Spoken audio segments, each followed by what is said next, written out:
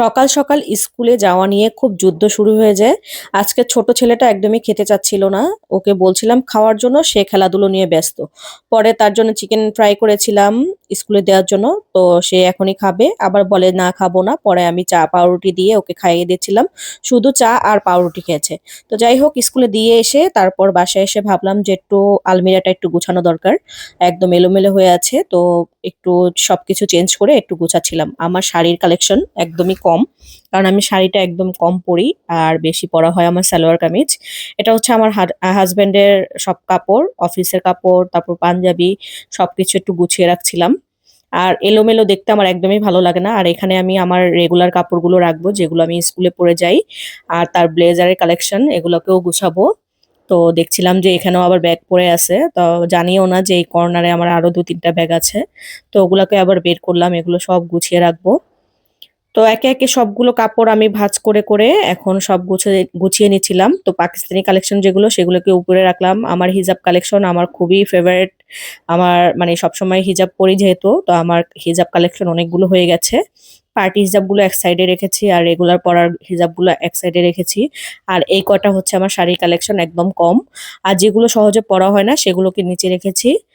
আর এই তো সবকিছু গুছিয়ে এখন রান্না করতে চলে আসলাম। আজকে রান্না করব দেশি কই মাছ ভুনা করব, আর সাথে ফার্মের মুরগিটা রান্না করব। তো আমি এই কই মাছটাকে ওয়াশ করে নিয়েছি খুব সুন্দর করে। তারপর এখন হলুদ আর লবণ মিক্সড করে একটু কই মাছটাকে ভেজে নিচ্ছিলাম, হালকা করে ভেজে নিব। হালকা করে ভেজে নিয়ে ওই তেলটার মধ্যে আমি সব ময় মশলা দিয়ে কষিয়ে নিব। এখন আমি পেঁয়াজ কাঁচামরিচ দিয়ে খুব সুন্দর করে একটু ভেজে নিচ্ছিলাম। তেলের মধ্যেই ভেজে নিচ্ছিলাম, কারণ তেলটা তো আর ফেলে দেওয়া যাবে না। তো এটার মধ্যেই রান্না করলাম, একটু আদা বাটা একটু রসুন বাটা দিয়ে।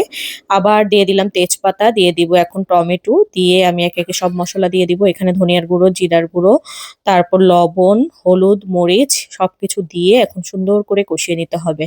একদম টমেটোটাকে গলিয়ে নিয়ে আমি এখন মাছগুলো দিয়ে দিব আর কি একটু পরে। তো একটু হালকা একটু পানি দিয়ে একটু কষিয়ে নিচ্ছিলাম, টমেটোটা সফট হয়ে যাওয়ার জন্য, মশলাটাও যাতে গন্ধটা চলে যায়। তো একসাথে আমি দিয়ে দিয়েছি সবকিছু, মাছগুলো দিয়ে এখন আবার খুব ভালো করে কষিয়ে নিচ্ছি যাতে মাছের মধ্যে মশলাটা ঢুকে। তো মাছটা দেওয়ার পর আমি এখন পানি দিয়ে দিচ্ছিলাম, পরিমাণ মতো পানি দিয়ে এখন বেশি করে ধনিয়া পাতা দিয়ে দিব। আর শীতের সময় এই তরকারিগুলো কিন্তু খেতে খুব ভালো লাগে। তো বেশি করে ধনিয়া পাতা দিয়ে আমার রান্নাটা কমপ্লিট করলাম। এখন আবার বাচ্চাদের জন্য কি রান্না করব, ওরা তো এটা খাইতে চাইবে না, তাদের অনেক প্রবলেম। তো যাই হোক, ছোট মাছ দেখলেই তাদের প্রবলেম হয়ে যায়। তো একটু মুরগি রান্না করতে হবে। এখনকার বাচ্চারা এত মাংস পাগল, জানি না সবার বাসায় একই অবস্থা যা শুনতেছি। তো আমি মুরগিটাকে খুব ভালো করে একটু ভেজে নিয়েছি, ভেজে নিয়ে আলুটাকেও ভেজে নিয়েছি। আজকে একটু ভিন্নভাবে রান্না করলাম, সব মসলা কষিয়ে। তারপর আমি এখানে আলু আর মুরগির মাংসটা দিয়ে খুব সুন্দর করে কষিয়ে নিয়ে একটু কাঁচামরিচ দিয়ে দিয়েছি। কাঁচামরিচটা দিয়ে কিছুক্ষণ আবার কষিয়ে নিব। কষিয়ে নিয়ে এখন আমি গরম পানি দিয়ে দিচ্ছিলাম। তো মাংসটা রান্না করার জন্য আমি এদিক দিয়ে ঢাকনা দিয়ে দিচ্ছি। তো বিকেলবেলা বাচ্চারা চলে আসার পর স্কুল থেকে, যেহেতু ডে মর্নিং শিফট, বড় ছেলেও খেলতে গিয়েছিল বিকেলবেলা, তো খেলাধুলা করে এসেছে, ওরাও স্কুল থেকে চলে আসছে। তো ভাবলাম একটু পাস্তা রান্না করি। তো ফ্রিজে ছিল এই চিকেনটা ম্যারিনেশন করে রেখেছিলাম। তো এটাকে নামিয়ে নিয়েছি একটু তেলের মধ্যে ভেজে। আমি একটু হোয়াইট পাস্তা মানে রান্না করব। তো একটু দিয়ে দিচ্ছিলাম ময়দা, ময়দাটা দিয়ে আমি ওই চিকেনটা ভাজার পরে ময়দাটা দিয়ে দিয়েছি তেলের মধ্যে।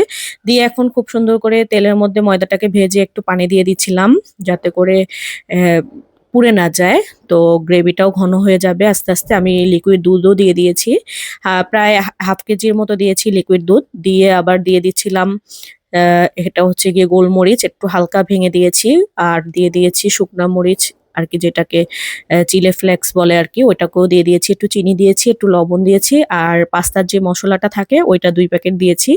দিয়ে এখন খুব সুন্দর করে আমি নেড়েচেড়ে নিব। আর সসগুলো দিইনি এই কারণে যে আমি চিকেনটাতে সব ধরনের সস ইউজ করেছিলাম, এর জন্য আর দেয়া হয়নি। তো আমি এটা ডিটেলস, আমি পুরো রেসিপিটা আমি পরে আবার রেসিপিটা শেয়ার করে দিব।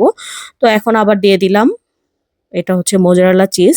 আর চিজটা তো বাচ্চাদের খুবই ফেভারিট, তো ওদের জন্য একটু চিজ দিয়ে একটু পাস্তাটা রান্না করেছি। অসাধারণ হয়েছে খেতে, সবাই খুব মজা পেয়েছে। আপনারা চাইলে এইভাবে করে রান্না করতে পারেন। আর যদি ভিডিওটা ভালো লাগে সবাই একটু শেয়ার, কমেন্ট অ্যান্ড বিভিন্ন গ্রুপে একটু শেয়ার করে দিবেন। আর সবাই